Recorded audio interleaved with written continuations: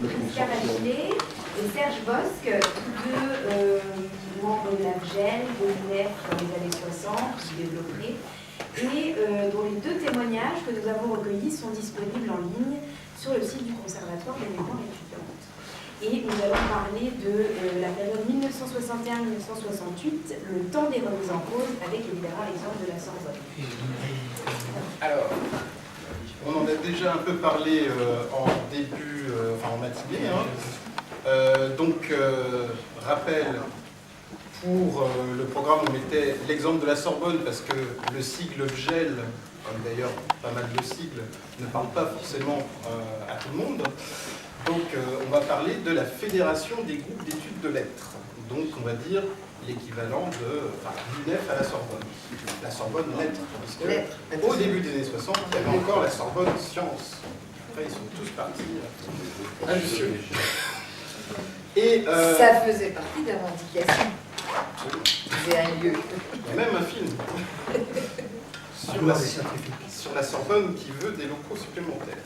Alors, l'AFGEL, si c'est intéressant pour notre sujet d'aujourd'hui, c'est que pour reprendre les termes de tout à l'heure, donc on va dire qu'on est dans le cadre d'un modèle fédératif, et on est dans le cadre d'un modèle fédératif particulier parce que Paris est une ville universitaire particulière, dans le sens où il n'y a plus, en tout cas à ce moment-là, d'AGE de Paris avec des corpos par grand ordre d'enseignement, mais donc il y a des AGE par faculté, donc l'AFGEL pour les lettres, vous avez l'AGEMP, Association Générale des étudiants de médecine de Paris pour les médecins, pareil pour le droit, pour les sciences et pour pharmacie, j'imagine. Ah oui, pour les écoles. Même si on entend moins parler. Dentaire, pharmacie. Donc tout ça pour dire que là, on a donc une AGE spécifique et l'intérêt, c'est cette notion de groupe d'études qu'on va creuser ensemble, puisque déjà, avant même qu'on passe à la phase post ou fin de la guerre d'Algérie, qui peut être vue comme une période de remise en cause, avant même ça, quand l'AFGEL fonctionnait comme l'AFGEL devait fonctionner, si jamais il y avait un moment où tout mouvement étudiant devait fonctionner comme il devait fonctionner, et bien donc, il y avait déjà des groupes d'études par discipline, donc on va dire une structure collective plus proche de chaque département, parfois on appelle ça les départements dans certaines universités, dans certaines facultés. Les instituts à la Sorbonne. Évidemment, le problème c'est que la Sorbonne n'est pas une université ou une faculté comme les autres, c'est-à-dire que dans cette période des années 60, on est déjà dans une phase où la Sorbonne en tant que telle a plusieurs dizaines de milliers d'étudiants. Donc on est déjà dans une sorte d'université de masse. Enfin, on utilisera ça plutôt après, même si, alors je ne sais plus quel était le chiffre exact, mais on va dire que c'est peut-être autour de 25 000 étudiants. 25 000 étudiants alors que au début on va dire, au milieu des années 60, il y a peut-être 500 000 étudiants, ça fait quand même, dans toute la France, ça fait quand même quelque chose d'important. Et puis surtout, quand on a une approche de terrain, du coup, ça fait un nombre d'étudiants important à toucher pour les syndiqués, etc. Donc, groupe d'études par discipline.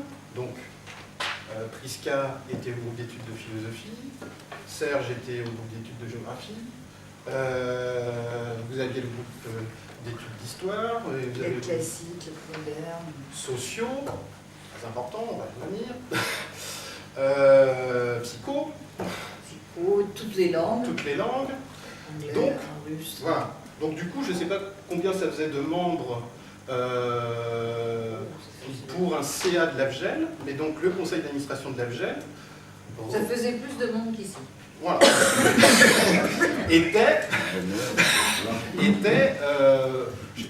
J'imagine qu'il devait y avoir aussi une représentation peut-être, est-ce que c'était avec le nombre d'effectifs ou pas, enfin bon, en tout cas ça faisait bien plus d'une trentaine de personnes, et peut-être qu'il y avait des représentants différents en fonction d'un groupe d'études qui n'avait que 500 étudiants et un autre Non, en avait non, 3000. c'était pas surveillé comme ça, c'était pas comme ça. Ah, Mais voilà. que, Déjà la fin d'y arriver. c'était pas comme ça. Et on venait par contre que quelquefois quand tu étais président, tu venais avec des gens de ton bureau, selon les problèmes qui étaient traités, ça étoffait plus ou moins l'Assemblée. De toute façon, on va y revenir. Là, je vais juste vous présenter quelques propos introductifs, puis après, Prisca et Serge apporteront leur pierre à l'édifice. Alors, moi, ce que je voulais dire, donc, effectivement, vous avez remarqué, Michel Rostin et Jean-Luc Pénicaud ne sont pas là. Mais je les ai quand même rencontrés pour préparer cette séance, même si finalement ça n'a pas pu se faire. Et ce qui est intéressant, c'est donc de voir aussi, par rapport à la question générale qui nous préoccupe, ce qu'on peut croire lire dans les archives, ce qu'on peut croire lire dans certains ouvrages sur cette période-là, et finalement le point de vue qu'en ont les acteurs quelques années après. Et donc bon, là je vais vous dire les 2-3 choses qui me paraissaient intéressantes à discuter pour aujourd'hui. Je vais vous dire quel était le ressenti de Michel Rostin et Jean-Luc Pénicaud, et puis après on verra un peu ce que Prisca et Serge en pensent. Alors, ce qu'il faut savoir, c'est que je suis parti d'une citation qu'on retrouvait dans certains documents de l'ABGEL, que je trouvais assez intéressant pour notre problématique. Et donc, du coup, j'essayais de voir ce que ces anciens responsables de l'ABGEL pensaient de cette phrase que je pensais être une sorte de leitmotiv général de leur action. Donc la phrase, c'est « Tout adhérent doit être militant et tout militant doit être responsable ». Et adhérent. Et donc, voilà. Bah oui. Non, mais ça peut aller de soi et en même temps, ça ne va pas de soi. C'est-à-dire que du coup, par rapport aux discussions qu'on... La deuxième partie de la phrase, elle va pas Voilà. Mais même la première, hein. Tout adhérent doit être militant. Rappelez-vous ce qu'on a dit ce matin. Les porteurs de cartes. Rappelez-vous ce qu'on a dit ce matin quand on parlait du cas de Dijon et Toulouse pendant la guerre d'Algérie. Je pense qu'il y a déjà une première question à se poser qui est effectivement le rapport des adhérents d'une structure étudiante à cette structure. Quel est leur rapport au militantisme? Est-ce que c'est juste une adhésion pour avoir des services, puisqu'on est encore à une époque où les AGE gèrent des services? On peut se dire, bah, moi j'adhère simplement pour avoir les polycopiés de mon cours, et puis après leur discussion, hein, ça reste entre eux, je ne veux pas m'en mêler. Bon, est-ce que ça va au-delà? Et puis, d'autre part, on l'a dit aussi ce matin, il y a toute la question de la représentativité. Donc, est-ce que quand un bureau d'un groupe d'études, ou quand la présidence du groupe d'études va dire quelque chose au CA, ils sont vraiment porteurs d'un mandat, ou c'est juste les discussions entre 2-3 au coin d'un café pour dire ben, qu'est-ce qu'on va dire au CA? Non, non, mais je pose la question. Je pense que c'est pas pareil en fonction des périodes, et en fonction des groupes d'études, et en fonction des compositions politiques des groupes d'études. On y viendra aussi, c'est aussi une question. Alors, et la deuxième partie, tout militant doit être responsable. Bah là, effectivement aussi, ça pose une autre question, parce que on est à la fin où on sort de la guerre d'Algérie. Donc, pour le cas de la Sorbonne, mais pour pas mal d'autres cas, ça a été une période de mobilisation importante. Pas mal d'étudiants se sont impliqués dans ces manifestations. On reviendra tout à l'heure sur ce qu'on pourrait appeler des sortes d'assemblées générales dans la cour de la Sorbonne, les midis à la Sorbonne, dont Prisca pourra nous dire quelques mots. Les midis dans la cour de la Sorbonne, pardon. Et donc, une fois qu'il n'y a plus la question de la guerre d'Algérie, eh bien, il y a la question générale qui se pose partout d'une éventuelle reconversion militante sur d'autres thématiques. Peut-être retourner à des thèmes moins mobilisateurs sur la réforme de l'enseignement, des trucs comme ça, des trucs qui peuvent paraître plan-plan par rapport à la guerre d'Algérie. Et donc on peut avoir des militants qui vont plutôt vouloir être responsables dans des groupes politiques plutôt que dans une structure qui veut représenter les étudiants, comme l'ABGEL et comme l'UNEF en général. Et donc, moi ce qui me paraissait intéressant dans cette phrase-là et dans la démarche générale, donc je vais juste vous rappeler quelques petites choses.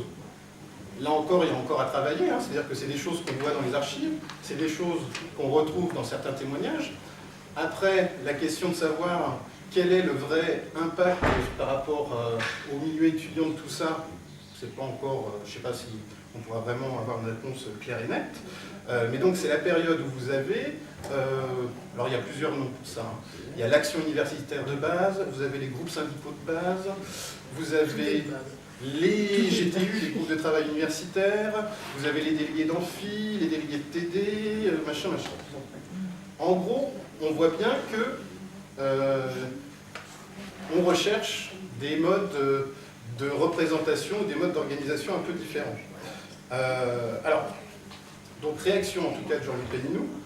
Michel Rostin était plus, il ne se souvenait pas de la phrase, enfin il ne s'est pas exprimé là-dessus. Jean-Luc Péninou, c'était tout de suite, oh, de toute façon c'est une phrase qui ne veut rien dire, on a dit ça comme ça, il ne faut pas prendre ça au sérieux. Bon, d'accord. Donc, on passe à autre chose. Mais du coup, après, quand on repose la question autrement, parce que donc vous avez aussi d'autres expériences. Alors, ce qu'il faut aussi dire, pour ceux qui ne connaissent pas cette période-là, l'histoire de l'UNEF, l'ABGEL, etc., c'est que l'ABGEL, donc c'est l'UNEF à la Sorbonne Lettres, mais donc c'est un groupe, enfin comment dire, c'est une, on va dire oui, une AGE, qui a un rôle aussi important au sein de l'UNEF en général. Et du coup, dans cette période post-guerre d'Algérie, l'ABGEL va être une des composantes fortes de ce qu'on va appeler la gauche syndicale. Et du coup, il va y avoir plusieurs congrès nationaux de l'UNEF qui vont aussi être le reflet de ces débats-là. Alors, Alain a pas mal écrit là-dessus dans son bouquin sur l'histoire de l'UNEF.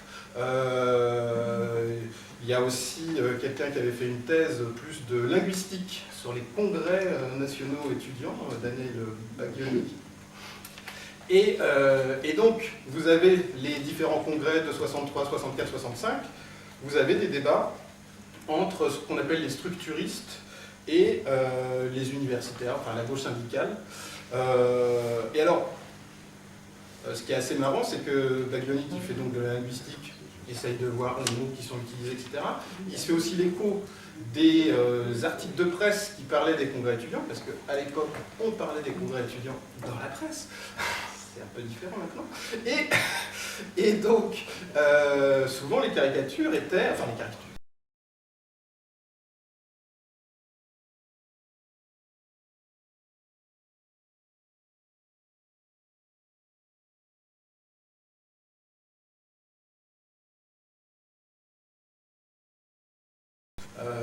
Que ça soit Michel Rostin ou que ça soit Jean-Luc Péninou veulent bien admettre qu'ils avaient une approche très théorique, très idéologique, très voilà, qui pouvait paraître intellectuelle pour des AGE dites plus gestionnaires, mais déjà ils pensent que le débat avec les structuristes n'était pas aussi clivé que ça et qu'il y avait de quoi discuter dans tout ça. Et surtout, ce qui est intéressant, c'est qu'une autre image ou une autre mythologie qui a été diffusée par rapport à l'ABGEL, c'est que donc l'ABGEL était aussi représentée comme étant la figure de proue de l'abandon de l'héritage gestionnaire de l'UNEF, du mouvement étudiant.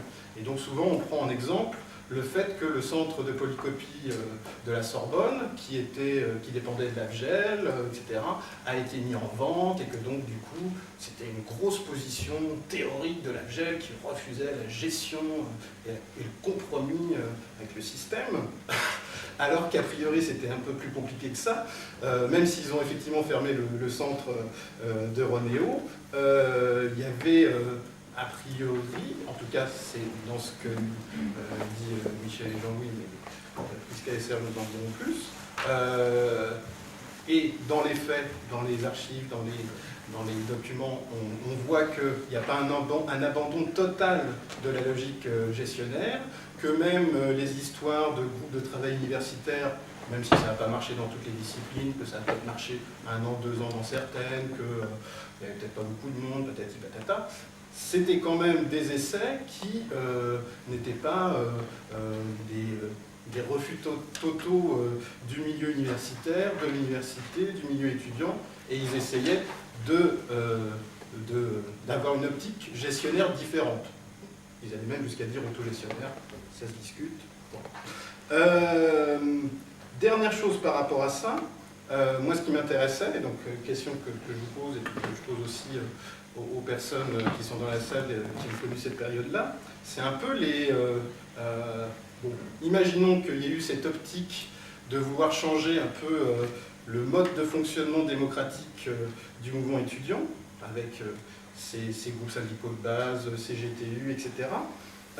D'où ça venait? Pourquoi?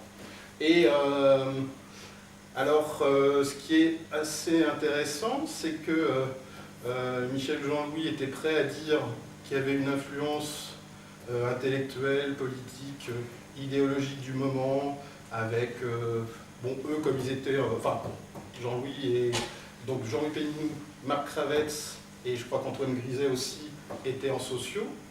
Hein. Et Antoine Griset venait de la GDZ. Donc c'était aussi une réflexion sur l'économie, sur... Mais donc, voilà. Mais en tout cas, ils ont eu en sociaux à l'époque, à la Sorbonne, non seulement ils avaient des discussions avec Passeron et Bourdieu qui, avant de publier Les Héritiers, soit étaient encore assistants à la Sorbonne, soit, même s'ils étaient à Lille, étaient encore en contact. Avec la Passade. Alors, on va y venir. Mais finissons déjà avec la socio, parce que donc, en plus de Bourdieu-Passeron, il y avait aussi des débats autour de Carl Rogers sur la dynamique de groupe, etc. Et donc, c'est là où on peut faire la jonction avec la Passade, et qu'on peut faire la jonction avec la NEF aussi, puisque, donc, place dans les débats nationaux de l'UNEF, mais place aussi dans les débats nationaux de l'AMNEF, puisque à un moment Antoine Griset prend la présidence de l'AMNEF, hein, il me semble bien, 63, quelque chose comme ça. Et en tout cas, ce qui est sûr, c'est qu'il y a organisation effectivement de stages sur la dynamique de groupe avec la Passade, je crois notamment à l'abbaye de Royaumont. Exactement. Et donc, ces expérimentations, ces débats, etc. Donc ça, a priori, c'est avéré, tout le monde confirme, etc. Donc là, il y a une influence, on va dire, du débat intellectuel du moment. Mais ce qui me paraît, enfin en tout cas, il me semble, vous me démentirez si ce n'est pas le cas, mais il me semble que Jean-Louis Péninou, avant de faire un passage éclair au Parti Socialiste Unifié, est passé aussi un peu du côté de la voie communiste, et que dans cette approche d'une sorte de de redynamisation d'une logique démocratique au sein du mouvement étudiant. Donc il peut y avoir des choses qui viennent du côté de la voie communiste, il peut y avoir des choses qui viennent du milieu libertaire, enfin du mouvement libertaire, il peut y avoir des choses qui viennent de mouvances luxembourgistes, etc. Qu'a priori, les militants étudiants de l'époque étaient assez politisés, mais voilà, je suis à la recherche d'informations là-dessus. Voilà pour cet aspect-là. Et alors donc dernière chose, pour confirmer l'idée que la conception de l'ABGEL à ce moment-là, alors quand on dit à ce moment-là, parce que Jacques Sauvageau s'interrogeait sur l'existence ou la survie de l'ABGEL après une certaine date, Moi, quand je parle de l'AFGEL, je parle jusqu'en 1965. Hein. Après, on peut discuter, mais jusqu'en 65, vous avez donc différentes mobilisations qui sont clairement dans cette orientation. Faut quand même se rappeler... Dans quelle orientation? Dans cette orientation? Ah, non, moi je rentre pas dans le détail, entre la T3 et la T13, mais je veux dire dans cette recherche une revitalisation démocratique du mouvement étudiant. Après justement, moi je ne sais pas encore, j'ai pas encore compris vraiment l'alchimie qu'il y a là-dedans. Mais en tout cas... c'est pas dur, c'est un chaudron de sorcière. Voilà, c'est ça, mais j'aimerais bien avoir les ingrédients pour la potion magique. Et donc, ce qu'il faut rappeler, c'est que le 21 février 64, donc vous avez la visite du président Sani, non? Segni, président de la République italienne, qui vient en France, qui veut visiter la Sorbonne, je ne sais plus quoi. Il a reçu le docteur honoris causa. Ah voilà, docteur honoris causa, bon. Et donc, l'AFGEL décide d'interdire l'entrée de la Sorbonne au président de la République italienne, et donc organise de manière quasiment militaire l'occupation de la Sorbonne, et va abandonner au dernier moment. Donc, voilà, mais je donne des trucs, après on discute. Et donc, ça sera un événement important parce que du coup, ça générera chez les dirigeants de l'AFGEL une sorte de nostalgie d'un mouvement étudiant auquel ils auraient rêvé, qui n'a pas fonctionné, etc. Donc vous voyez ça, mais apparemment Jean-Louis Pénineau avait l'air de se désolidariser du deuxième article. Autant il était solidaire du premier article dans les temps modernes, avec Kravets et je ne sais pas si avec Lisa aussi, je pense. Enfin, je ne sais pas si ça vous dit quelque chose, mais il y a deux articles en fait qui sortent en 64 et en 65, une sorte de bilan du mouvement étudiant. Et autant le premier a été apparemment discuté collectivement, alors que le second était plus la création individuelle de Kravets et était encore plus critique sur le devenir du mouvement étudiant. Donc, ce que je voulais juste dire pour conclure, après je vous laisse la parole, c'est que donc, là c'est 64, mais même encore en 65, on voit que l'AFGEL a encore une capacité de mobilisation.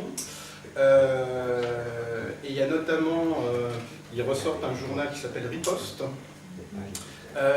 qui est très intéressant parce que ça pose en 65 des questions qui seront reposées en 68. Sur le mandarinat, sur la participation des étudiants ou pas au fameux conseil dont ils étaient exclus depuis toujours. Et il y a aussi une ouverture à l'international avec, je crois, un truc sur Berkeley. Enfin bon, donc, ça c'est au niveau publication. Et Berlin. Mais du coup, il y a quand même pas mal, on voit que c'est pas encore, si jamais l'AFGEL est plus ou moins dévitalisé à la veille de 68, encore à discuter. En tout cas en 65, c'est pas encore, le cadavre n'est pas encore, voilà, le cadavre bouge. Ah, il est mort, il était petit. Vous nous direz ça après, pas de souci. Alors, donc, dernière chose par rapport à ça, le secteur... alors voilà, la FNEF, parce que du coup on est dans la période où la FNEF aurait pu essayer de s'implanter à la Sorbonne. Bon, c'est vrai que les étudiants littéraires ne sont pas trop sensibles au départ, mais ce qui est intéressant, c'était de voir la réaction de Pénineau et Rostin là-dessus. Toujours pour dire que eux ne sont pas gênés, enfin ne balancent pas comme ça d'un coup l'héritage gestionnaire.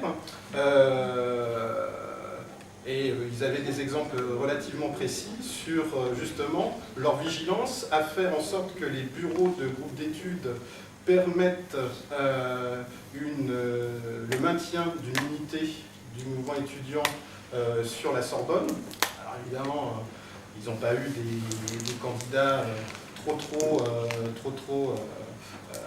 comment dire, maximalistes qui auraient peut-être, les auraient peut-être forcés quand même à refuser les candidatures.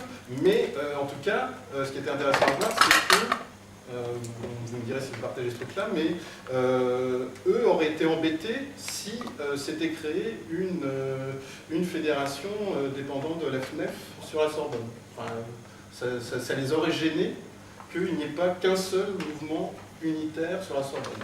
Donc c'est quand même intéressant par rapport après à une autre manière de concevoir le mouvement étudiant. Voilà simplement des éléments de discussion. Tu les prends dans le sens que tu veux et tu n'es pas obligé de répondre à tout. Alors, attends. Enfin, j'ai commencé le plus facile. Ça peut être ça. Les dames d'abord. Voilà. Tu dois être arrivé un peu après moi, Serge, de toute façon. C'est Oui. moi qui dois être arrivé là plus tôt, là. Oui. dans cette histoire. Alors, moi, je vais essayer de faire un peu chronologiquement pour que moi je m'y retrouve. Ça me sert de point de repère. Donc, moi j'arrive en 59, donc c'est cette fameuse histoire de grève sur les sursis. Bon, effectivement, c'est un effet de. C'est un essai, enfin, c'est un truc biaisé pour mobiliser par rapport à l'Algérie. C'est quand même assez pesant. Alors, bon, l'Algérie, ça n'empêchait pas le syndicat de fonctionner sur tous les autres domaines. Donc, il s'agissait après de se reconvertir après 62, mais enfin, il y avait quand même tout un truc de Lego, quoi. Il y avait des morceaux, quoi, qui étaient là. Et effectivement, on n'avait pas du tout à l'Avgel, parce que c'est un endroit très particulier, c'est les étudiants en lettres, donc c'est ce qui ressemble à une corpo dans les villes de province, c'est les étudiants en lettres, c'est parisien, il n'y a pas du tout cette espèce d'unité de vie étudiante sur Paris, c'est trop de gens différents, on n'est pas d'abord étudiant, on est étudiant de là où on fait ses études, on est étudiant en lettres, on est étudiant en sciences, et même quelquefois plus dans sa discipline. Et donc, on n'a pas du tout, enfin, les choses qu'on nous a dit hier, genre boîte de nuit, cafétéria, etc., c'est impensable. D'abord, à la Sorbonne, on n'a pas de locaux. On a des locaux, on a des petits bouts de locaux par groupe disciplinaire. Bon, à la Sorbonne, ce n'est pas des départements, c'est des instituts à l'époque. Institut de philo, institut d'histoire. À chaque fois, on nous donne un petit bout de salle. Nous, on avait un bout de couloir en philo. On n'avait même pas de salle. Il y avait une bibliothèque. Oui, mais c'était pas. Elle était merveilleuse, elle faisait fonction, mais elle n'était pas syndicale, c'était l'institution. Et donc, on avait en tout et pour tout une table, une chaise, enfin un bureau, une chaise et le droit de ranger nos papiers dans 2 casiers. Bon, donc la gestion, c'était déjà limité au niveau du. En géographie, on avait un local. Oui, mais non, je te dis, c'était spécifique et vous n'étiez pas à l'intérieur de la Sorbonne. En philo, il y avait une petite salle. Il y avait une petite salle. Non, ça, c'était à la fin. Au début, il y avait juste le couloir. On est en 59. On a grignoté peu à peu. On a grignoté peu à peu du local. Bon, alors, pour dire que c'est pas du tout les conditions, on n'est pas en position matérielle d'avoir des choses à gérer. La seule chose, et les soucis de solidarité et de choses par rapport aux étudiants, on s'appuie quand même beaucoup sur l'AMNEF et sur la section de l'AMNEF locale, hein, et qui est complètement en fusion, tout le monde se connaît, on passe de militaire de l'AMNEF à la GEL, bon, etc., etc. Donc voilà, on garde un aspect solidarité dans les groupes. Bon, sur les recherches de logement, on reçoit les annonces les gens viennent nous proposer des petits boulots pour les étudiants, on affiche, on fait ce genre de choses qui ne nous semblent pas du tout incompatibles, enfin moi en tout cas qui ne me semblaient pas du tout incompatibles avec les prises de position politiques. Hein, c'était vraiment de l'ordre de la solidarité, du débrouillage, et effectivement les polycopiés. Et les polycopiés, on n'en avait pas au départ, c'est une création de cette période-là.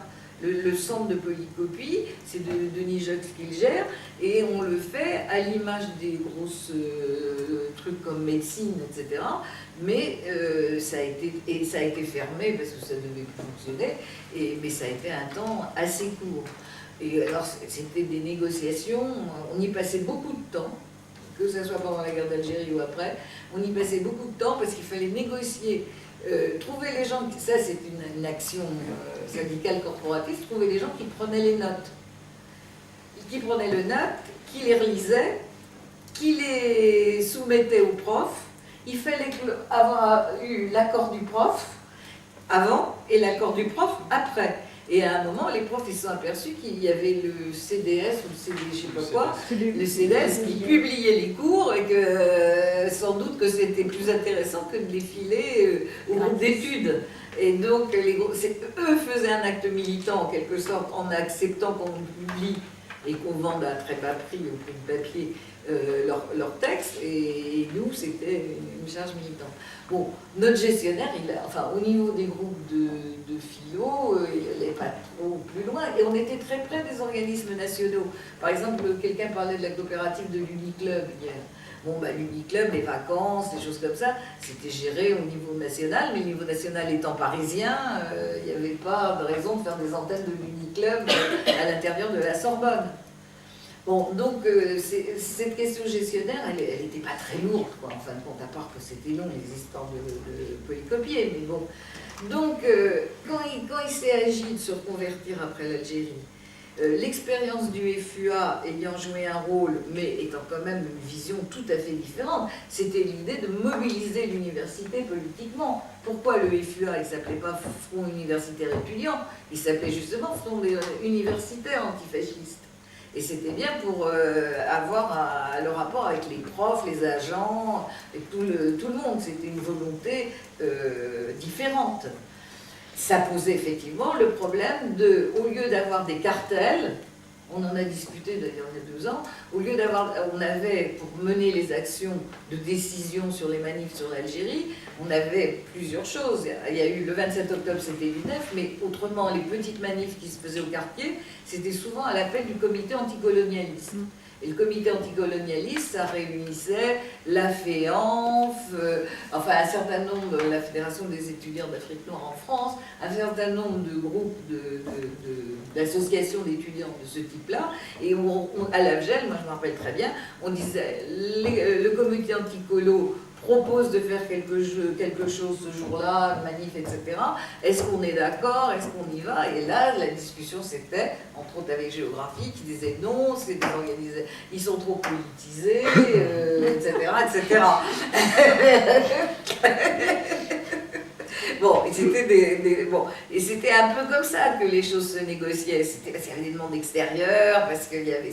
Bon, mais ça, c'était souvent des structures de cartel. Des structures, il y avait des organisations de types différents.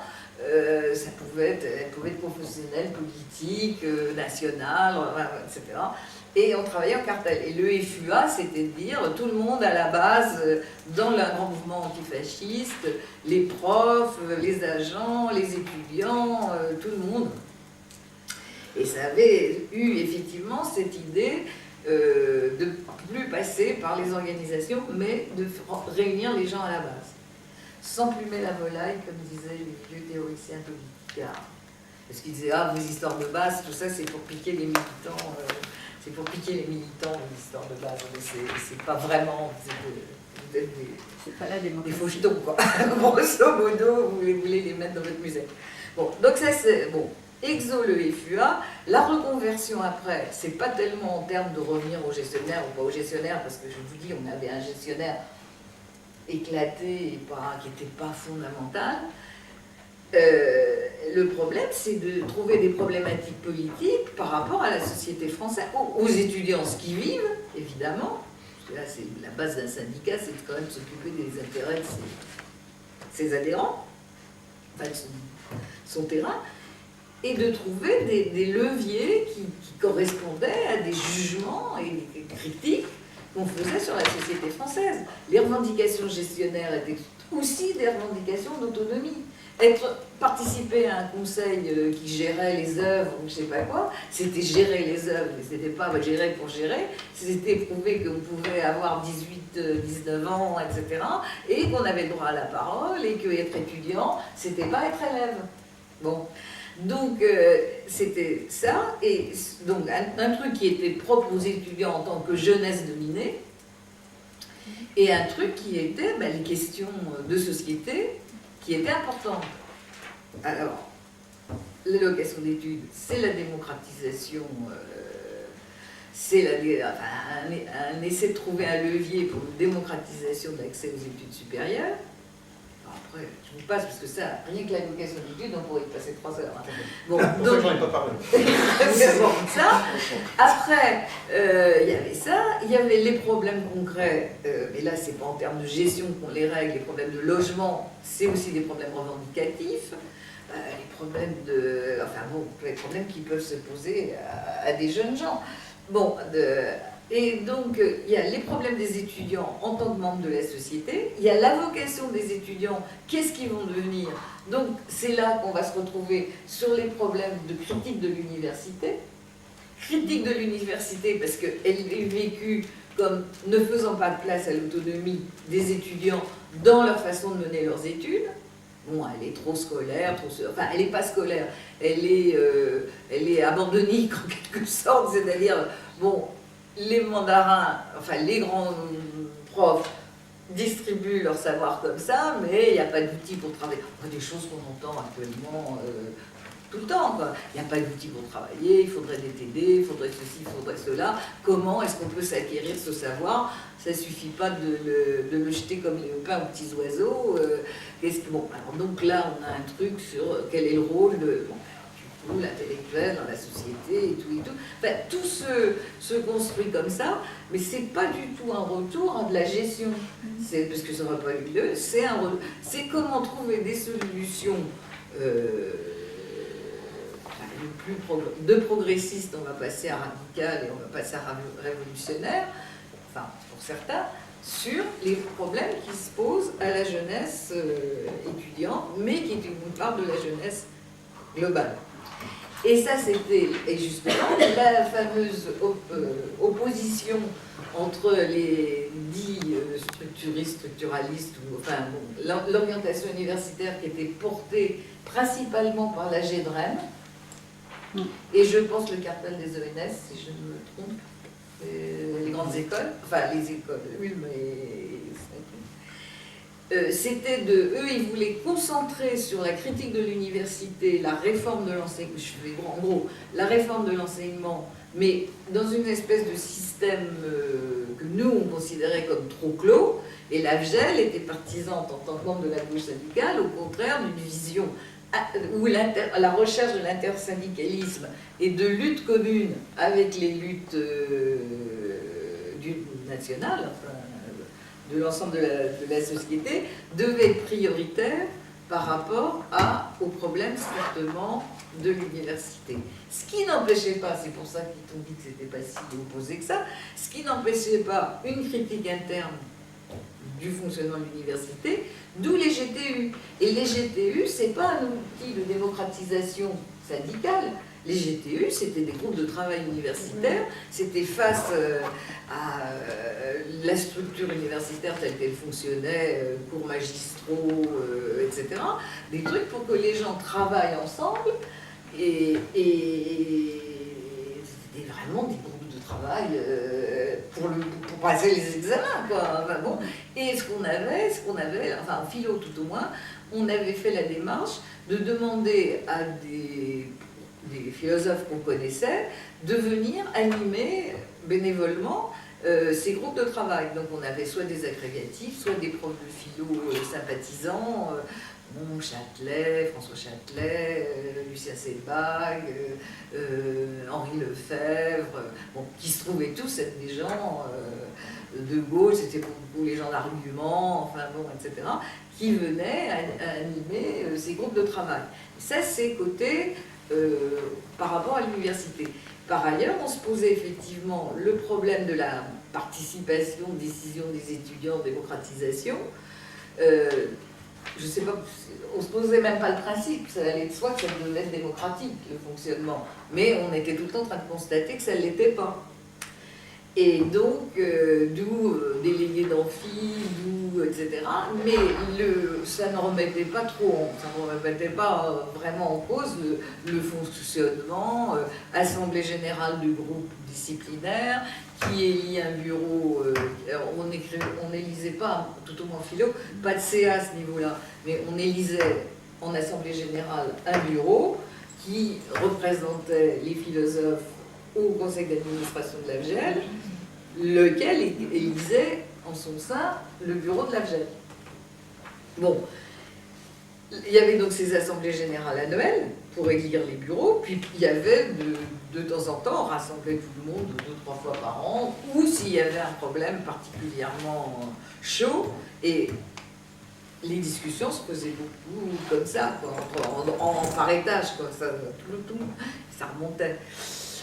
Voilà, donc après on a fait, effectivement, des délégués d'amphi pour que ça soit au plus près, parce qu'on se disait toujours, les grands amphis, on peut à peine discuter, on peut faire des prises de parole. On est quand même passé d'un moment où on demandait l'autorisation aux profs de prendre la parole, à des moments où on prenait la parole comme ça. Alors au début c'était souvent des annonces de mobilisation, genre manif et tout, puis après un peu plus en disant il faut que ça devienne un moment où les gens puissent discuter un peu plus, etc.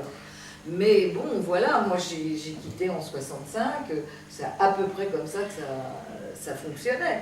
Et puis il y avait ce que j'ai dit, tu disais tout à l'heure, que j'évoquais, qui a été très fort pendant la guerre d'Algérie, mais qui a continué encore un peu après, c'est ce truc informel qui tous les midis dans la cour de la Sorbonne, c'était connu, les gens l'AFGEL descendait, le bureau de l'AFGEL descendait, etc. Et les gens ils prenaient la parole et ils disaient les informations, les machins, les trucs, les propositions, etc. Alors ce qui s'est passé, si après, 64, le fameux 21 février 64, c'est vrai que ça a été un coup d'arrêt, parce que sur des problèmes étudiants, on pensait pouvoir mener des formes de lutte. C'est la forme de lutte qui était plus radicale, parce que des occupations d'usines, ça pleuvait pas quand même. Et l'idée de faire une grève avec occupation des locaux de nuit, Et alors on a reculé parce que le bureau de l'UNEF s'est désolidarisé publiquement de cette initiative. Donc lâché par le bureau national, évidemment, les gens de l'AFGEL, il y avait vous voyez la mobilisation policière qui avait commencé à se faire. Donc le soir, assez tard, on a décidé qu'on n'occupait plus. Et c'était très, très, très, très mal vécu par tout le monde. Léo Lévy, dans son bouquin À la vie, elle dit que c'est ça qui la détache des luttes étudiantes. C'est de voir qu'on n'a pas pu passer cette espèce de truc de radicalité. Et à partir de là, 64-65, c'est vrai que tout devient assez difficile, mais la bureaucratisation s'accompagne d'une montée de la politisation politique en dehors. C'est-à-dire que, à la limite, pendant la guerre d'Algérie et juste après, il y a l'UEC, mais il y a d'autres groupes. Il y a le PSU, il y a des cercles PSU, il y a des cercles UEC, etc., etc. Mais disons grosso modo qu'au niveau de... C'est quand même l'UNEF, du fait de ses prises de position politiques au niveau national, etc., qui a un peu le dé dans les différents instituts. Et là, ils viennent quand même essayer de prendre les groupes. Et là, il y a vraiment, à ce moment-là,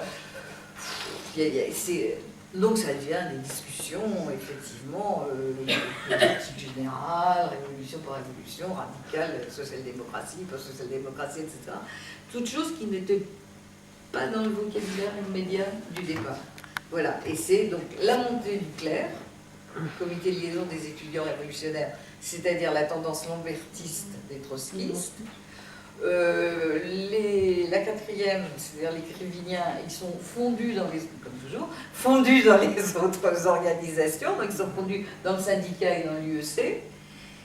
Et grosso modo, c'est là qu'il va y avoir cette espèce d'explosion générale de discussions très politicienne d'extrême gauche, disons. avec qui magouille avec qui, etc., etc. Voilà, en gros. Après, c'est une autre histoire. Donc, Oui. Serge, pour la géographie. Oui. Bon, enfin, pour la géographie, Non, disons que... Et pour ta sensibilité. Oui, au départ, j'étais en géographie. Mais enfin, il faut rappeler que les étudiants qui faisaient une licence de géographie faisaient en même temps une licence d'histoire. Ils faisaient 2 certificats de géographie, 2 certificats d'histoire. Donc, bon, on était quand même sur 2 territoires, si je puis dire, 2 disciplines, 2 territoires.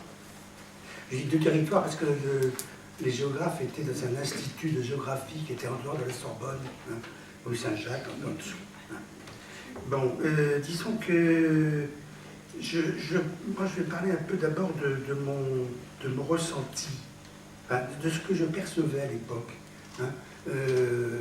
Moi j'ai tout de suite été dans les souvenirs, j'ai tout de suite été dans un réseau multipolarisé, c'est-à-dire que, bon, il y avait l'UNEF, l'ABGEL, hein, mais moi j'étais à l'UEC, bon, à la Sorbonne, bon, enfin, c'était tout près, hein, c'était Square Palvé, hein, il y avait le local de l'UEC, j'avais des amis qui étaient de Cateau de Gauche qui étaient au centre Echedeux, je savais qu'il y avait tel et tel étudiant, tel ou tel camarade qui était aux ESU, moi-même, je participais à un tout petit groupe de protestants qui militaient contre la présence de Dieu avec un grand D. Enfin, des choses comme ça, quoi. Bon, en tout cas, moi, je fréquentais ces différents lieux. Hein. Alors, la question c'est, bon, est-ce que tout adhérent était militant? Non. Hein. Et effectivement, il y avait, je dirais, une réponse un peu nuancée, il y avait beaucoup, chez les adhérents non militants, il y avait ceux qui étaient d'accord avec les options, je dirais, anti-guerre d'Algérie, puis gauche syndicale, mais qui ne militaient pas. Hein. Et puis il y avait quelquefois des minorités, je dirais, apolitiques, mais très rares quand même, à la Vigelle, en tout cas, d'après mes souvenirs. Hein. Voilà. Disons que les militants, justement, il y avait des militants qui militaient à l'ABGEL dans leur groupe d'études, et puis il y avait des militants politiques qui bornaient un peu leur travail à l'ABGEL par des prises de position, par des interventions régulières, et ainsi de suite. Hein. Bon, ils venaient dans les AG hein, pour taper du poing, etc., sur des problèmes qui n'étaient pas forcément des problèmes qui relevaient de l'université, ou non, pas du tout comme ça. Alors, je dirais que un deuxième ressenti, c'était, je dirais, ce qui a été validé après, enfin, c'était une époque, je dirais, d'explosion des effectifs. Hein. Mais ça, on le sentait. Il y avait une explosion des effectifs, et cette explosion des effectifs, c'était matérialisé par des amphis ou des salles qui étaient surpeuplées. Quelquefois, on n'arrivait pas à entrer, etc. Enfin, il y avait des problèmes. Hein. Il y a eu, à plusieurs reprises, dans mes souvenirs en tout cas, il y avait des interventions de militants d'ABGEL en disant on arrête, on demande une autre salle, ou je sais pas quoi, ou on demande le dédoublement de la salle, et ainsi de suite. Hein. Bon. Et disons que c'est en relation avec ce que j'appellerais moi le thème. Est-ce que le thème bourdieusien des héritiers correspondait à une réalité massive? Je dirais oui et non. Oui, parce que, bon, dans l'université des années 50 et au début des 60, la plupart étaient des héritiers. Hein, bon, avec, je dirais, héritiers de 2 sortes de... D'une part, les héritiers de la bourgeoisie possédante, gros capital économique, mais aussi des héritiers de des petites bourgeoisies intellectuelles, qui avaient un capital culturel important. Bon, mais il y avait également ce sentiment qu'il y avait des étudiants qui venaient d'autres milieux sociaux qui arrivaient, etc. Et, bon. Et moi, je le ressentais en particulier en géographie. D'ailleurs, c'était les statistiques fournies par Bourdieu, je crois, validaient cette idée qu'en géographie, c'est là qu'il y avait le plus d'étudiants d'origine populaire, comme ça. Donc c'est quelque chose que je ressentais, enfin, c'était des choses que je ressentais. Bon, alors maintenant, disons que pour justement, je reviens, je m'excuse, c'est pas très structuré parce que ça n'était pas été préparé. Je reviens, je dirais, au CA. Moi, je voudrais plutôt dire les AG. Et on revient sur le problème GEL, groupe politique. Hein. Bon, parce que, bon, normalement, dans le CA ou l'AG ou la GEL, il y a les représentants des groupes d'études. Hein. Mais dans mes souvenirs, hein, il y avait très souvent des interventions de militants politiques qui n'avaient pas une responsabilité particulière, hein, dans un groupe d'études. Par exemple, Gisserès, il avait un mandat syndical. À un moment, ils ont été au groupe de philo. Hein. Ah bon, alors Oui. j'accuse à tort le camarade Gisserès. Bon, Non, Siran a été Aussi, président du non, groupe. c'était ils étaient- aussi. ouais. Non, en général, au niveau formel, les formes étaient respectées. Mais alors disons qu'il n'intervenait pas tellement en tant que représentant du groupe de philo. Mais mais- il n'était pas représentant, il faisait partie du groupe de philo, c'est-à-dire l'Assemblée Voilà, Générale c'est ça. des étudiants. Mais à un moment, il a dû être au bureau quand Siran a été président. Bon, comme en géographie, il y avait des bagarres continuelles entre étudiants de l'IEC, c'est-à-dire entre ceux qui adhéraient à la ligne du Parti communiste et puis ceux qui étaient opposés.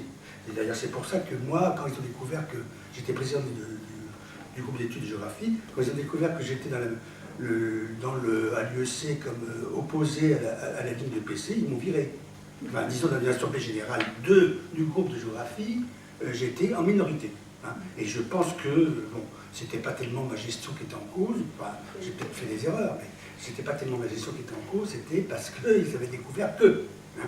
Et en géographie, avec M. Dresch, qui était directeur de l'Institut de géographie et qui était membre du Parti communiste, les études, et puis d'autre part, il y avait les étudiants communistes d'obédience, enfin, parti.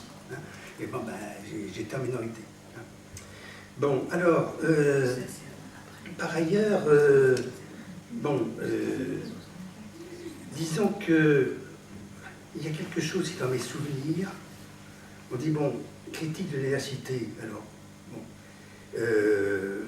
il y a les GTU, bien sûr. Et disons que moi, j'ai eu de la chance d'avoir des groupes, des travaux dirigés qui étaient vraiment participatifs. Et en géographie. Hein. Et en sociaux, avec Passeron, par exemple. Un Passeron nous il faisait un peu de cours, puis après il nous faisait un exercice. Écoutez, essayez, d'après vos observations, de faire une comparaison entre le trottoir gauche et le trottoir droit du Boulmiche. Trottoir au Alors, cocu. bon, hein? Le trottoir au cocu. Pardon? Le trottoir au cocu. Oui. Bon, enfin, des trucs Parce comme qu'on n'a ça. pas dû vous dire ça. C'est des trucs comme ça. Bon, parce que il y avait le trottoir du lycée Louis Grand, hein, qui était Non, de bon, Saint-Louis, Saint-Louis, c'est Saint-Louis, Saint-Louis. la Corniche. voilà. Les préparationnaires de C'était Saint-Cyr. des étudiants, alors donc c'était plutôt les hommes de droite, et puis il y avait le trottoir, le trottoir, c'était plutôt Des cafés. les gens de gauche, enfin, des trucs comme ça, enfin, bon. Et puis la façon de vêtir de chaque côté du boulevard, enfin des trucs comme ça. Bon. Toujours au niveau, disons, de la critique, disons, de l'université, il y avait des choses aussi, des petites choses, des petites, par exemple, j'ai un souvenir très cuisant hein, d'un cours magistral dans le grand amphi, un des grands amphis, pas le plus grand, mais de la Sorbonne, où, à l'arrivée des profs, il fallait se lever. Hein, il fallait se lever. Bon. Et puis, avec un petit groupe d'étudiants, on a décidé, on ne se lève pas. On reste assis. Le prof me rappelle plus, pique une crise. Je vous demande de vous lever, ça je commence pas le cours. Et puis, il y a, je sais pas, il y a eu un cinquième, un quart qui se sont levés, les autres ne sont pas levés, et le prof a cédé. Enfin, des choses comme ça. Hein. C'était, bon, il y avait des petits trucs comme ça. Hein. Bon, le thème, alors maintenant, le thème, je dirais, de l'éclatement, le thème de l'éclatement de l'Abgel, 66, 67, 68, oui et non, oui, enfin bon. Alors, Prisca disait, bon, il y a eu, ça a été, je dirais, l'agora politique avec tout le monde qui prenait moi la je suis part. plus là en 65, Oui, alors oui. il me semble de l'extérieur. Alors Oui, vas-y, oui. vas-y. Oui, effectivement, je dirais que les groupes politiques prenaient presque le dessus sur l'Abgel et les groupes d'études. Malgré tout, dans les dernières années, moi j'étais encore là de façon résiduelle, je ne me rappelle plus le truc, mais en fait on a fait des... Je ne me rappelle plus du groupe, enfin plutôt de l'intitulé. On faisait des tracts un peu provocateurs. Un des tracts qui s'appelait « Pourquoi les professeurs ?» Bon, enfin tout comme ça. Bon. C'était, alors je ne me rappelle plus, c'était la Sorbonne des étudiants, je ne sais pas quoi. Bon, il y avait un groupe, enfin c'était un groupe qui s'était autoproclamé groupe. Hein, bon, Jean-Marcel Bougreau, non? Peut-être, je ne sais pas. Oui, voilà, le MAU. Voilà, le MAU. Ah bah ça c'est un enfant de Voilà, Péninou, bon. le MAU. Hein? C'est un enfant de Péninou, le MAU, non? Non.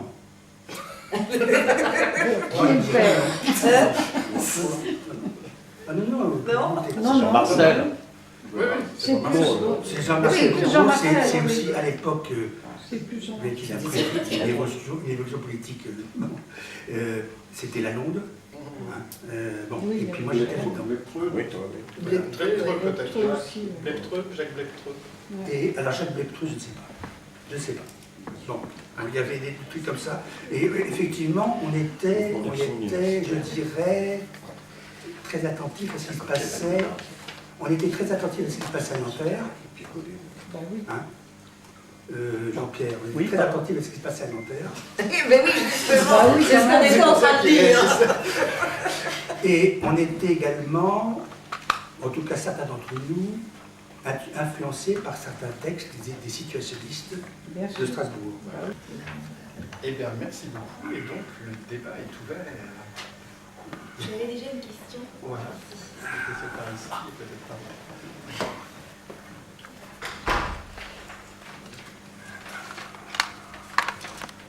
Ça va.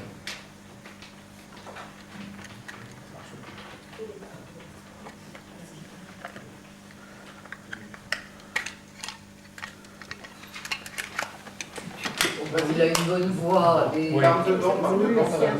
Une expérience. C'est l'enregistrement. Roger Baralis. Deux, trois remarques. La première sur gestion et voie universitaire. Bon, les choses ont été dites, mais on peut les résumer quand même en rappelant qu'effectivement, l'ABGEL s'est faite le porte-parole au niveau de l'UNEF nationale d'une voie universitaire avec abandon du fardeau de la gestion, au sens de quelque chose qui serait prédominant dans le cadre de la fonction syndicale. Ça a été défendu. Et ça a été explicité dans les AG nationales, au point que ça a provoqué d'ailleurs, au cours des années 64, 65, 66, progressivement, des difficultés avec un certain nombre d'AG de province, qualifiées pour l'occasion de AGE gestionnaires, alors qu'elles avaient été parfaitement dans la voie universitaire à partir de 63. Mais elles étaient devenues, aux yeux des révolutionnaires de l'ABGEL, disons des avancées de l'ABGEL, des AGE gestionnaires avec une moue de critique bien péjorative, ce qui avait produit, il faut quand même le rappeler, au congrès de Grenoble au printemps 66, à une révolte des dites AGE gestionnaires qui ont voulu remettre un peu à leur place les diverses coteries parisiennes issues du noyau BGEL. Ça, c'est la première chose. La deuxième chose, c'est que la BGEL était un peu Jean-Philippe, écoute, la phrase, tu as raison, elle a été... Je comprends que Péninou ne la reprenne plus à son compte. Elle était parfaitement démagogique et irréaliste, surtout ne correspondant pas à la réalité. Parce que j'appliquerai volontiers à l'Abgel, à cette période, la fameuse phrase « faites ce que je dis et ne faites pas ce que je fais ». Si l'on regarde la réalité de l'Abgel, elle est multiforme. Il y a des groupes qui effectivement ont abandonné leur fonction gestionnaire et il y a des groupes qui l'ont conservé jusqu'au bout, jusqu'en 68. Oui. Le principal d'entre eux étant le groupe d'histoire, le groupe des étudiants d'histoire, le GEH. Lequel GEH, et Alain Monchablon pour en parler, est un groupe qui, jusqu'au bout, pratiquement jusqu'en 67-68, a regroupé encore plusieurs centaines d'adhérents, parce qu'il avait sa base gestionnaire. À l'inverse d'autres groupes d'études de l'Abgel qui avaient perdu leur base de masse à cette époque-là. C'est la deuxième remarque. Alors, l'Institut de géographie était dans une situation où il avait encore une certaine base de masse, y compris donc en 67-68. Nous en savons quelque chose. Il était à l'époque dirigé par les étudiants du PSU. Troisièmement, il est évident que vous avez tout à fait raison, toi par oui-dire et toi pour l'avoir vécu, dans la période finale 66-68, la montée au premier plan des groupes politiques a fait que l'Abgel est devenue, en tant que structure résiduelle centrale, le lieu d'empoigne de différents groupes politiques. C'était plus particulièrement marqué pour les groupes qui avaient perdu leur caractère de masse et dans lesquels pouvaient se situer effectivement des opérations du type il suffit que 2-3 camarades soient censés diriger le groupe et l'avoir noyauté pour que, y compris un dirigeant politique qui ne soit pas forcément le dirigeant officiel du groupe, vienne et intervienne en tant que tel, sans se préoccuper de plus de forme. Ce n'était pas tout à fait le cas pour d'autres. Le groupe, le GEH, que j'ai déjà cité, qui était à direction commune JCR-PSU, avait encore des éléments qui étaient un peu différents. Mais il est clair que la montée des groupes politiques avait vidé l'organisation syndicale de son caractère proprement syndical pour beaucoup de ses composantes. Ça, c'est tout à fait clair. Et quatrième et dernière observation, au niveau central alors du CA de l'Abgel, il faut se souvenir que juste avant 68, il y a eu tentative de réunion d'un CA de l'Abgel qui a totalement échoué, et donc, en fait, en mars-avril 68, il n'y avait plus de direction de l'Abgel. Il n'y avait plus de direction de l'Abgel. Et épilogue, c'est un 4 bis, si vous voulez. Hein. L'année suivante, exactement un an après, le Bureau national de l'UNEF, en train de préparer les nouvelles structures, enfin de préparer la concrétisation des nouvelles structures de l'UNEF votées à Marseille, a cherché à résoudre la question de l'Abgel, puisque ça n'existait plus. Et donc, nous avons mis en demeure les ultimes pseudo-représentants, ou ne se voulant même plus représentants réels de la centralité de l'Abgel, de s'autodissoudre, et ça s'est dissous tout seul. Nous avons à la place admis des comités d'action, UNEF, par discipline, ceux qui étaient effectivement reconstitués. Mais l'Abgel avait bel et bien fini de sombrer en tant que centralité syndicale juste avant mai 68. Oui, je suis d'accord. Quelqu'un d'autre? Non, peut-être d'autres questions, on répondra de manière groupée. Alain Monchablon, pas de questions, témoignage confirmant et illustrant ce que vient de dire Roger. J'ai bien connu le GEH, groupe d'étudiants d'histoire, en 66-67. Je confirme le maintien des polycopiés, avec tout ce que ça impliquait de lourdeur. Il fallait prendre des notes, il fallait les restituer rédigées, il fallait les soumettre à la lecture du prof, il fallait les polycopier, il fallait les distribuer et les vendre, deux prix suivant que c'était adhérent ou pas adhérent, il fallait les avoir fait relire in fine par le prof. Bon, et cela dit, c'était un marqueur du côté des profs, c'est-à-dire que nous avions ceux qui, gratis prodéo, nous cédaient leurs cours et les ont cédés jusqu'au bout, et ceux à qui on aurait aussi bien pu crever les yeux que de demander une chose pareille. Donc, du point de vue des rapports avec les profs, c'était tout à fait clarifiant. Bon. Et ce système des polis avait une vertu, c'est-à-dire des petits jeunes gens qui étaient en première année souvent et qui se portaient volontaires parce qu'ils n'avaient pas quoi faire pour prendre des notes des polis, petit à petit apprenaient le fonctionnement du groupe d'histoire, de l'UNEF, etc. Et, pour parler en termes classiques, montaient dans le groupe d'histoire à mesure. C'était une des formes de transformer un adhérent en militant, voire un militant en responsable. Bon, le groupe d'histoire disposait d'une salle en fort bel et bon état à l'intérieur de la Sorbonne. À une date que j'ignore, je n'y suis pour rien, c'est après mon passage, il y avait le recueil complet des actes du comité de salut public 93-94, qui, je crois, a disparu en mai 68, ou pas longtemps après, et c'est évidemment fâcheux.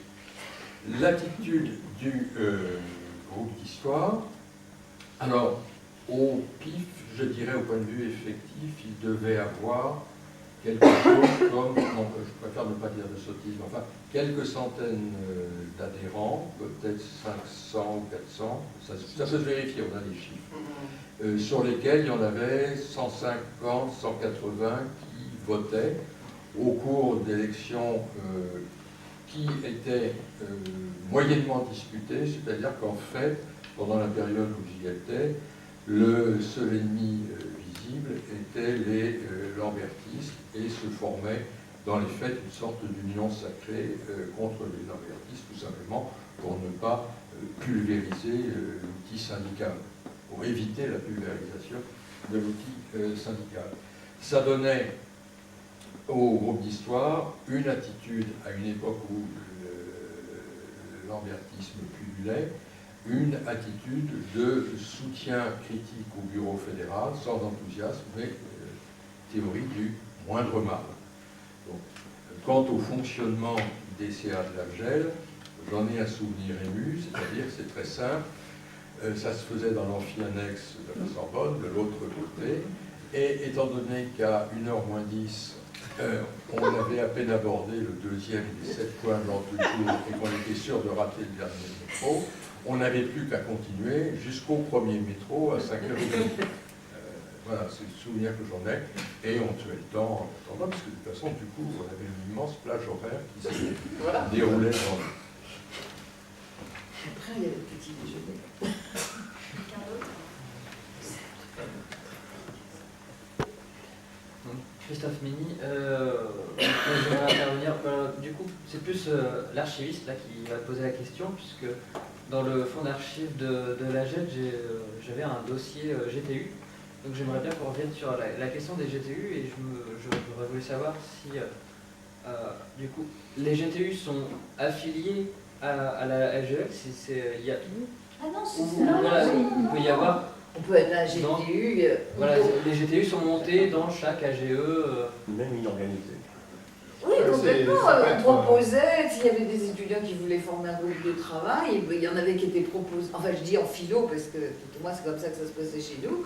On en a proposé, le bureau de philo, on en a proposé quelques-uns, surtout avec ceux qu'on savait qu'on pouvait avoir un animateur, quoi, si tu veux, un régulateur. Et puis les gens, ils y venaient ou ils n'y venaient pas, et puis des gens qui se formaient sur un groupe. C'était l'idée même qu'au lieu de travailler individuellement ces examens, dans une espèce de logique un peu de concurrence, il était plus intelligent de travailler ensemble, et éventuellement, bien sûr, de créer un savoir qui, que quoi, serait autre, critique. Bon, mais ça c'est philo aussi, hein, c'est pas... Moi aussi, j'ai été étudiante en philo, mais tout petit peu plus tard que Prisca. Et je pense que ces GTU n'ont pas duré très longtemps. Ça a dû être une initiative quelque temps, mais en tout cas, moi, je n'ai jamais participé et suivi aucun GTU. Il y avait effectivement en place des groupes de travaux pratiques, je crois qu'on appelait ça, donc en plus petits groupes que ces amphis bondés qui ont été racontés tout à l'heure. Effectivement, par exemple, les cours des Yankelevich, on ne pouvait pas mettre un pied dedans, hein, c'était archibondé sur les marches partout. En ce qui concerne alors un point qui concerne 64 et la poursuite d'activité des groupes ensuite, moi je peux dire qu'en philo en tout cas, rien ne s'est arrêté précisément en 64, entre autres parce qu'il y a eu une espèce de sursaut pour essayer de contrer les effets qu'on considérait comme néfastes à l'époque du plan Fouchet sur l'organisation de la philo. Et à la suite de ça, nous avions créé une petite revue qui s'appelait les Cahiers de philosophie, dans laquelle on avait sollicité l'intervention, soit sous forme d'articles, soit sous forme d'entretien, de grands philosophes ou essayistes reconnus, Marthe Robert, Lacan, mais Lacan avait, en fait je pourrais raconter l'histoire un autre jour, mais finalement avait préféré donner son article au cahier pour l'analyse. Mais bon, il y avait Marthe Robert, puis les étudiants également qui avaient proposé des articles. Donc ces cahiers de philo ont duré certainement au moins 2 ans après 64. Et bon, après, c'est 66, effectivement, je confirme qu'il y a eu une dispersion dans des activismes politiques plus engagés, plus radicaux. Et je ne sais pas trop ce qu'est devenu le groupe, mais je crois qu'il a continué au moins jusqu'en 68. Probablement après, ça a été la fin. C'est la revue. On va peut-être déjà répondre à ces différentes questions. Une question rapide. Voilà. Une question.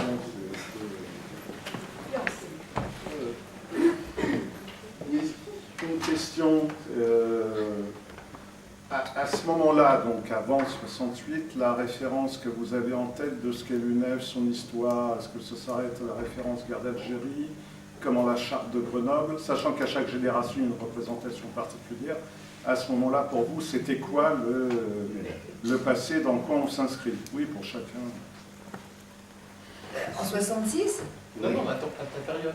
À ma période, la charte de Grenoble, c'était dans tous les textes. Dès que tu adhérais, tu lisais la charte de Grenoble. Donc, évidemment, c'était la référence.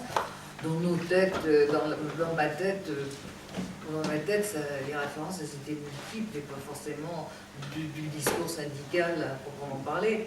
Mais la guerre d'Algérie, ça ne pouvait pas être une référence puisqu'on était dedans. Moi, quand j'arrive en 59, on est dedans.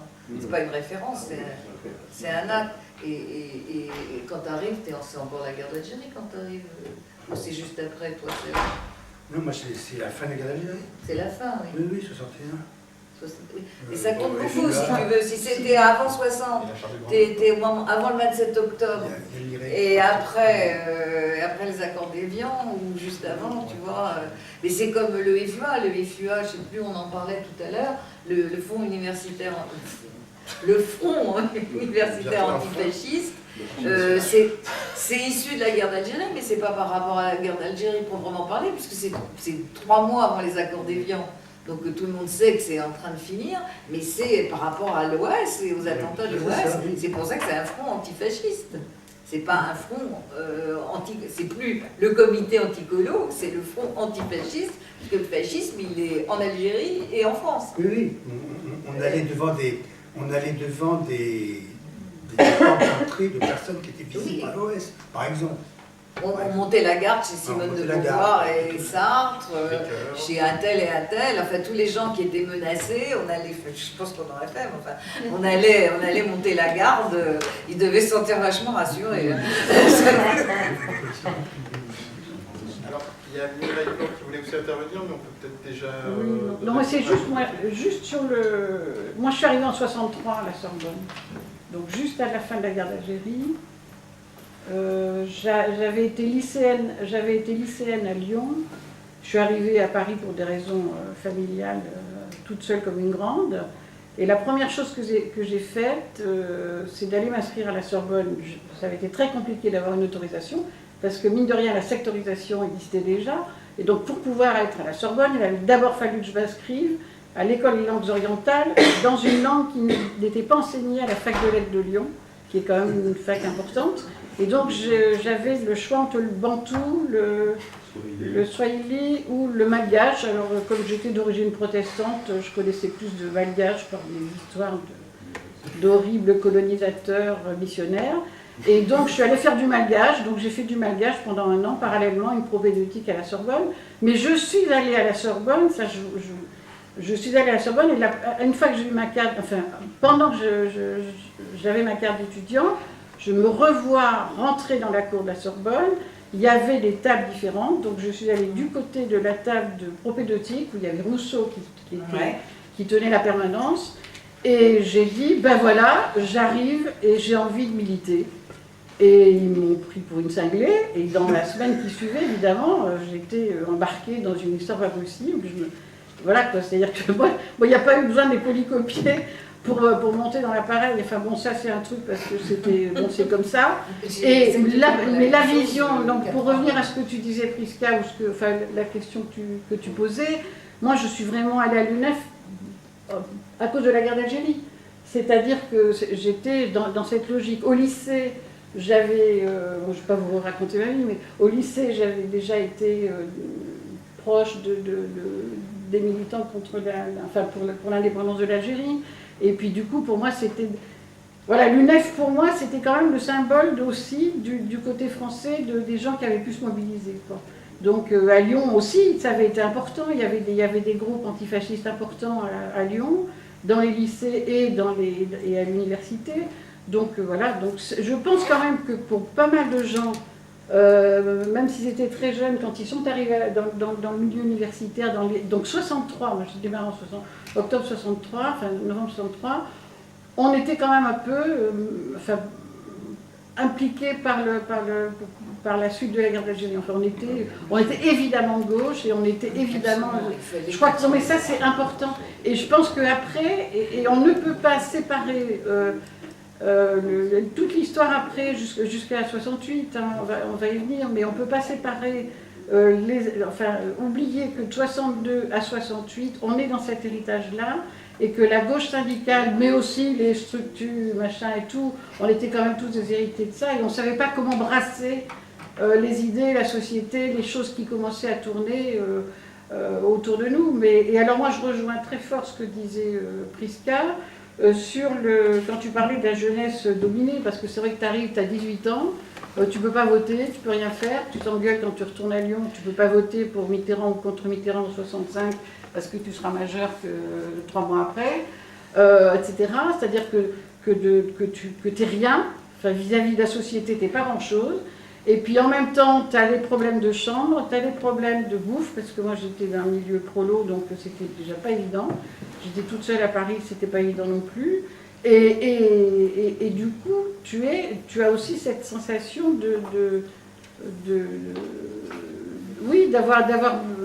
d'essayer de débroussailler des choses autres au niveau de la société. Enfin, je ne sais pas comment vous expliquer. Ce que tu dis sur la jeunesse, pas la jeunesse opprimée, c'est pas ça, mais un besoin d'émancipation. Alors, j'ai pas envie de parler là des problèmes des femmes, de l'avortement et de la contraception, mais c'était quand même aussi un sacré machin, quoi. Je veux dire, on en a bavé, parce qu'on n'en parlait pas dans la cour. Alors là, par contre, c'est sûr qu'on n'en parlait pas dans la cour de la Sorbonne à midi. Hein. Et qu'il fallait qu'on se démerde toute seule et qu'on avait tellement été élevés dans la pudeur de nos sentiments et de notre vie et de nos vies que les uns et les autres, on ne savait rien les uns des autres. Moi, j'ignorais si à part Prisca, parce que bon, comme ça on était devenus copines, mais on ignorait si Pénineau était fils de machin ou fils de truc. On sortit de la cour de la Sorbonne et sortit des bistrots, on retournait dans nos chambres de bonne et on n'avait aucune... À part si, alors comme j'arrivais de province, mes copains, ça a été tous les copains qui arrivaient de province ou de l'étranger. C'est pas compliqué parce qu'on s'emmerdait tellement, on n'avait pas de famille pour rentrer chez nous le soir, qu'on traînait jusqu'à minuit, 1h du matin, et puis on rentrait à pied à travers Paris. Mais il y avait effectivement, et moi je rejoins les situs et de la misère en milieu étudiant, mais quelque part, tout ça, ça fait partie, ça fait... Bon voilà, je crois que c'est des choses importantes, mais oui, la guerre d'Algérie est déterminante, à mon avis, pour les gens qui ont commencé à s'engager après la guerre d'Algérie. Voilà. Alors, Par juste contre, je vais pour... vous laisser répondre. Et Oui, voilà, on passer répond à la- rapido parce que là, on est en train de manger sur la session d'après. Donc, rapido, juste, moi, je réponds juste sur deux choses. Par rapport à ce que disait Roger Baralit sur les AG gestionnaires, la voie universitaire, c'est tout à fait juste. Et c'est justement parce que moi, j'avais vu ça dans les archives au niveau national que justement, je questionnais Pénineau et Rosta là-dessus, parce qu'effectivement, quand on voit les documents, il y a a priori un discours anti-gestionnaire. Mais eux, leur ressenti par rapport à leur pratique, alors ils peuvent avoir un discours national et une pratique locale différente, c'est possible. À creuser. Deuxième chose, par rapport au GTU. Je suis d'accord, ça n'a pas un rapport direct à la question qui nous préoccupe aujourd'hui de démocratie syndicale, mais c'est un rapport par rapport à la démocratie en général. C'est-à-dire que c'est aussi une manière de réinterroger le rapport pédagogique et donc la démocratie dans le rapport pédagogique. Voilà. Je finis ma parenthèse. Oui, j'ai mal compris ta question sur la référence. Je suis d'accord avec. Je pensais comme référence, comme travailler, tu vois. Moi aussi, pourtant c'est en 59, je rentre parce qu'on sait que l'UNEF a repris les relations avec les étudiants algériens. Et oui, donc on sait globalement que on comprend quand on est au lycée, enfin quand on est au bac, que l'UNEF c'est quelque chose qui a à voir avec la paix en Algérie. C'est très vague. Enfin, je veux dire, c'est pas vague, mais c'est pas dans les détails, c'est la paix, l'indépendance, etc. Mais ça a à voir avec l'Algérie. Bon, moi ma référence c'était de toute façon, je voulais me syndiquer où que j'aurais été, il fallait être syndiqué parce que là. Les différences entre les groupes, c'est vrai, mais comment dire, si tu veux, quand on critiquait les AG gestionnaires, c'était effectivement c'était plutôt ce qui a pu se débattre après à la CFDT en syndicat de service ou syndicat de contestation. C'est-à-dire qu'on n'était pas contre gérer dans les faits des choses, mais avoir des pratiques de gestion de solidarité, nous on aurait plutôt appelé ça solidarité, mais enfin bon, de solidarité, etc. Et éventuellement de faire un peu d'argent parce que pour alimenter des actions, payer les affiches et tout ça, bien sûr. Mais ce qu'on disait, c'était quand ces AG, par ailleurs, ne voulaient pas prendre, enfin, je me rappelle des congrès de 64, 65, enfin, nous semblait, peut-être qu'on se trompait, ne pas vouloir prendre des positions offensives, que ça soit sur l'évolution de l'université, l'allocation d'études, le problème du milieu étudiant, l'intersyndicalisme. Elle votait toute l'allocation d'études, sans problème et sans... Oui, mais bon, tu sais bien ce que c'est que la dynamique d'un congrès, enfin je veux dire... Oui, ben justement. Il y avait il peut y avoir des malentendus, des choses comme ça. Il ne faut pas sous-estimer l'importance Paris-Province à ce moment-là. Bien sûr, on n'avait pas les mêmes expériences de vie, pas du tout la vie étudiante à Paris, comme tu le dis bien, et la vie étudiante en province, ça n'a rien à voir. La dominante masculine en province et à Paris, c'est pas du tout de la même façon qu'elle se vit. C'est pas du tout de la même façon qu'elle se vit. On ne vit pas les rapports de la même. Écoute, quand j'étais au bureau de l'UNEF et que j'ai commencé à aller dans les AG de province, j'avais les yeux qui s'agrandissaient tous les jours. C'était pas la même chose. La parole à Serge pour finir. Bon, voilà. Merci Serge, c'est parfait parce qu'il faut qu'on passe à l'autre session.